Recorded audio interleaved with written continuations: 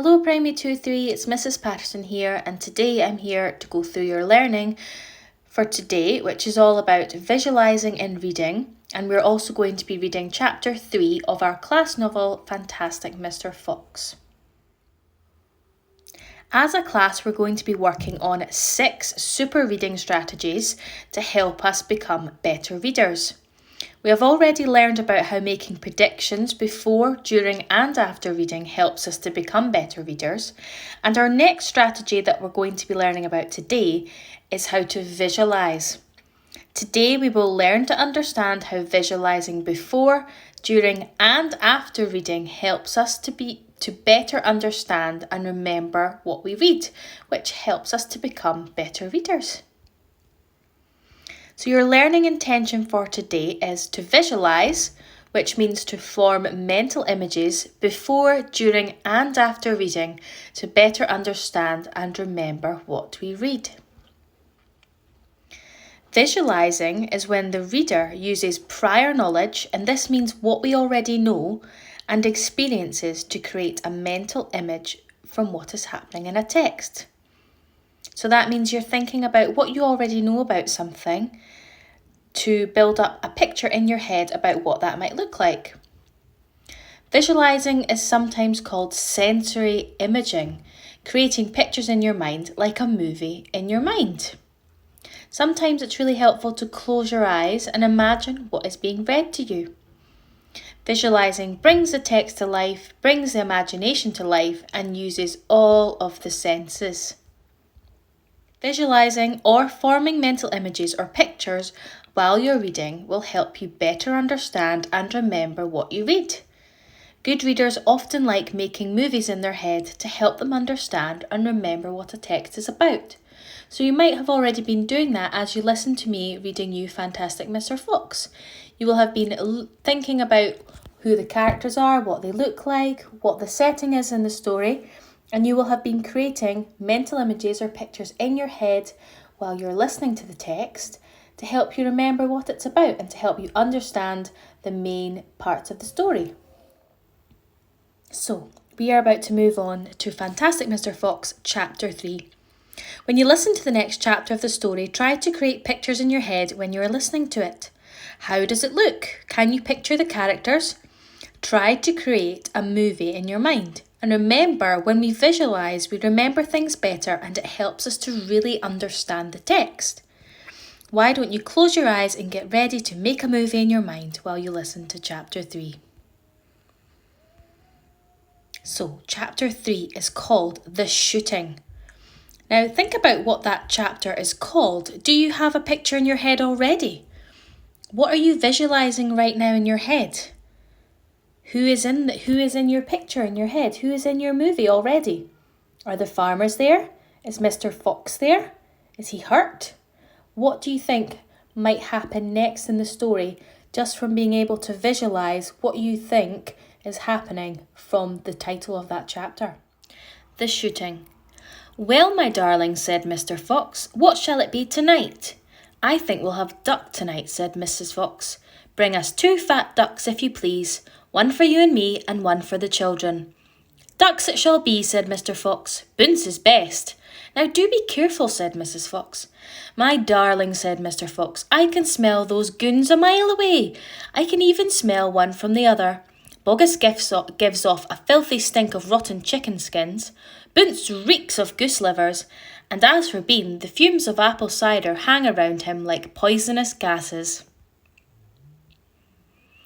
Yes, but just don't get careless, said Mrs. Fox. You know they'll be waiting for you, all 3 of them. Don't you worry about me, said Mr. Fox. I'll see you later. But Mr. Fox would not have been quite so cocky had he known exactly where the 3 farmers were waiting at that moment. They were just outside the entrance to the hole, each one crouching behind a tree with his gun loaded. And what is more, they had chosen their positions very carefully, making sure that the wind was not blowing from them towards the fox's hole. In fact, it was blowing in the opposite direction. There was no chance of them being smelled out. Mr. Fox crept up the dark tunnel to the mouth of his hole. He poked his long, handsome face out into the night air and sniffed once. He moved an inch or two forward and stopped. He sniffed again. He was always especially careful when coming out from his hole. He inched forward a little more. The front half of his body was now in the open. His black nose twitched from side to side, sniffing and sniffing for the scent of danger. He found none, and he was just about to go trotting forward onto the wood when he heard, or thought he heard, a tiny noise, a soft rustling sound as though someone had moved a foot ever so gently through a patch of dry leaves. Mr. Fox flattened his body against the ground and lay very still, his ears pricked. He waited a long time, but he heard nothing more. It must have been a field mouse, he told himself, or some other small animal. He crept a little further out of the hole, then further still. He was almost right out in the open now. He took a last careful look around. The wood was murky and very still.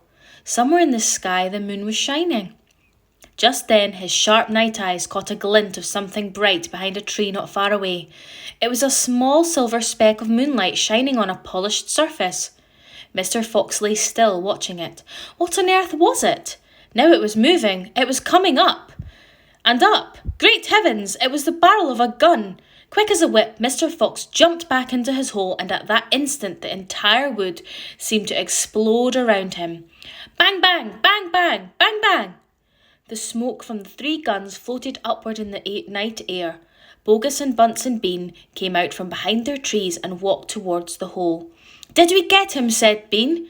One of them shone a flashlight on the hole, and there on the ground, in the circle of light, half and half out of the hole, lay the poor, tattered, blood-stained remains of a fox's tail. Bean picked it up.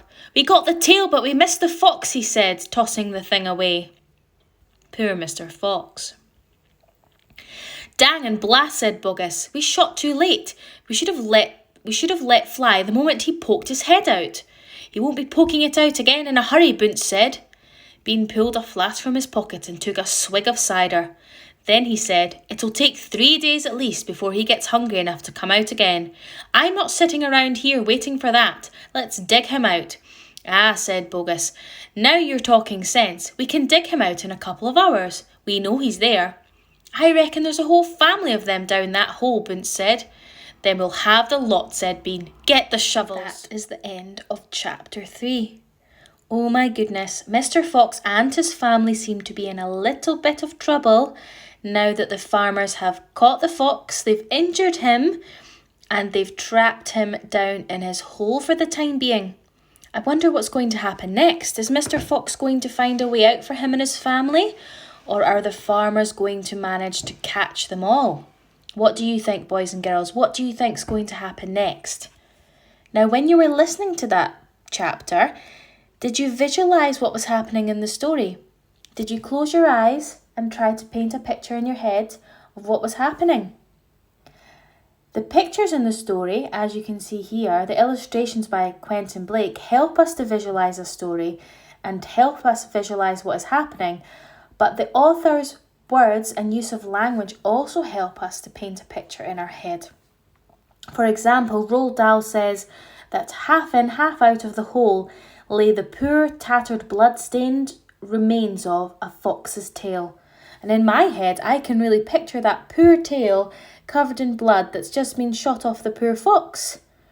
And those words, that vocabulary there, helps to paint that picture and helps us to visualise. And that helps us to remember what's happening in the story and helps us to remember it better. Now that you've heard chapter 3, I'd like you to go to your learning packs and choose one of the visualising tasks to go along with chapter 3 of Fantastic Mr. Fox. There are 4 tasks to choose from and you only need to complete one. Now, if you want to complete more than one, that's totally up to you, but you only need to do one. And as a challenge, can you explain to me what visualising is in reading? And can you see how visualising helps us to become better readers? If you want to answer this challenge question, comment underneath the link to the video in our video lessons section on Teams. I'll put a reminder on the channel so that you know where to post it. I hope you enjoyed chapter 3 of Fantastic Mr. Fox, and I look forward to seeing your work on Teams all about visualising. See you soon. Bye bye.